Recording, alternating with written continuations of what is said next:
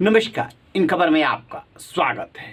जब से तुलसीदास द्वारा रचित रामचरितमानस की चौपाई ढोल गंवार शूद्र पशु नारी समेत कुछ और दोहे चौपाइयों को लेकर के उंगली उठी है, तब से राजनेताओं के एक बड़े वर्ग में अपने को शूद्र साबित करने की होड़ सी लग गई है। चाहे वो बिहार हो और चाहे उत्तर प्रदेश। उत्तर प्रदेश में अपना विधानसभा चुनाव हार चुके स्वामी प्रसाद मौर्य ने ये उठाया था।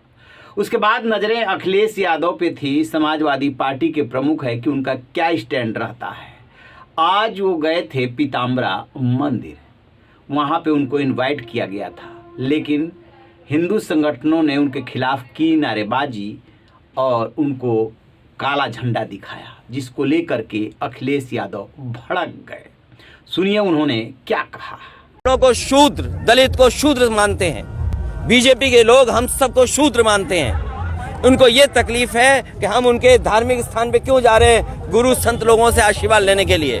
भाजपा आई, इन्होंने भेजा और कोई प्रशासन का पुलिस का अधिकारी नहीं था। रात में हटा दीजिए, और जितनी पुलिस प्रशासन थी सब रात में हटा दी। याद रखे बीजेपी के लोग, समय बदलता है, समय बदलेगा तो उन्हें भी पता लग जाएगा कि इसी तरह की व्यवस्था उनके लिए होती है। कुछ भी हो सकता है व्यवहार, किसी के साथ भी कोई व्यवहार हो सकता है, याद रखिए। ये बीजेपी के लोग हैं, क्योंकि जाने के लिए बीजेपी की इजाजत लेनी पड़ेगी। बीजेपी बेरोजगारी, महंगाई का मुकाबला नहीं कर पा रही है, इसलिए इस तरह के काम कर रही है। ये बीजेपी में कोई किसी के साथ भी कुछ भी हो सकता है। बीजेपी की सरकार ने जानबूझ करके एनएसजी हटाई मेरी। मैं आज समझ सकता हूँ कि एनएसजी क्यों हटाई, सिक्योरिटी क्यों कम की, घर क्यों छीना। आज मैं समझ सकता हूँ, और आज मैं इसलिए भी समझ सकता हूँ कि जिस घर में मैं रहने गया था उसे गंगा जल से धोया था।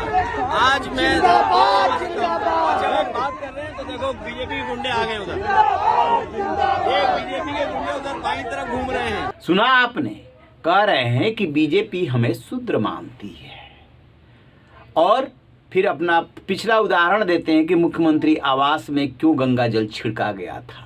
यानी कि दोनों घटनाओं को जोड़ने की कोशिश करते हैं। आखिरकार अखिलेश यादव ने शूद्र शब्द का इस्तेमाल क्यों किया?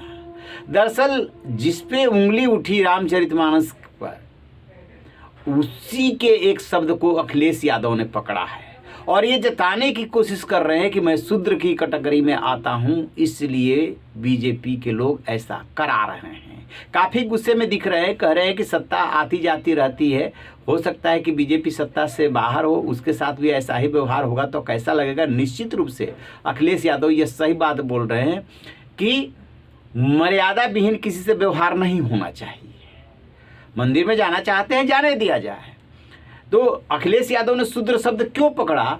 क्योंकि शूद्र की कैटेगरी में अपने को ला करके खड़ा करने से उनको राजनीतिक लाभ मिलता हुआ सा दिख रहा है। उनको ऐसा लग रहा है कि राजनीतिक लाभ मिलेगा। दरअसल बीजेपी को अगड़ों की पार्टी माना जाता है।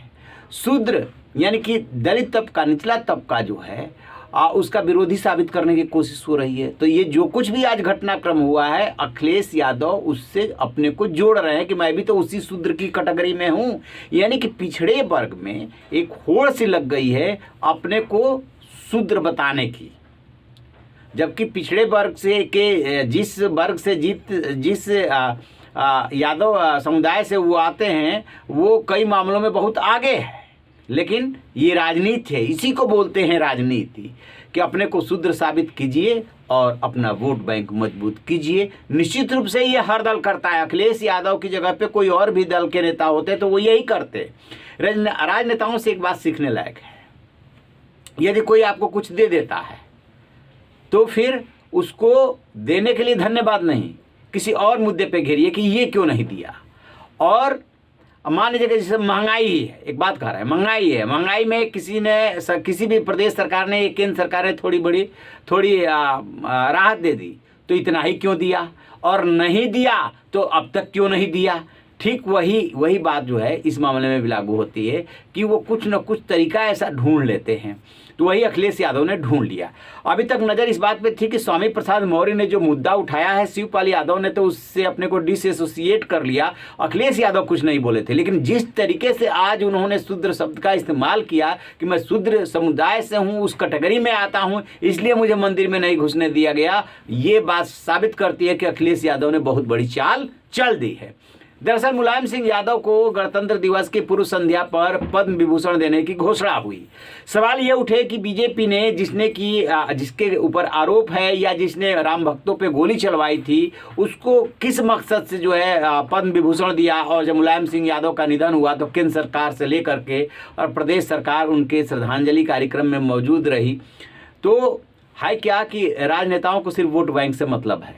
मुलायम सिंह यादव एक बड़ी शख्सियत थे, पिछड़ों के लिए उन्होंने काम किया, इसमें कहीं कोई दो राय नहीं है। लेकिन उसी मुलायम सिंह यादव पे ये आरोप भी है कि उन्होंने राम भक्तों पे गोली चलवाई। तो फिर क्यों दिया पद्म विभूषण? पद्म विभूषण इसलिए दिया क्योंकि बीजेपी पिछड़ों की सहानुभूति लेना चाहती है, खास तौर से उस यादव समुदाय से जिससे कि वो आते हैं। और मुलायम सिंह यादव 2019 में जब ये मोदी सरकार और ये आम चुनाव की घोषणा हो रही थी, उस समय जो है उनको फिर से प्रधानमंत्री बनने का आशीर्वाद दे दिए थे। तो मुलायम सिंह यादव और प्रधानमंत्री में अच्छे संबंध रहे, तो उन संबंधों की वजह से मान लीजिए, और साथ में बीजेपी की एक खास रणनीति है, खास तौर से मोदी और शाह की जोड़ी की रणनीति है कि दूसरों के जो पूर्वज हैं, जो बुजुर्ग हैं, उनको भी अपना बनाना जानती है। तो मुलायम सिंह यादव को अपना बना करके कहीं ना कहीं उस पिछड़े वोट बैंक पे बीजेपी दावा कर रही है।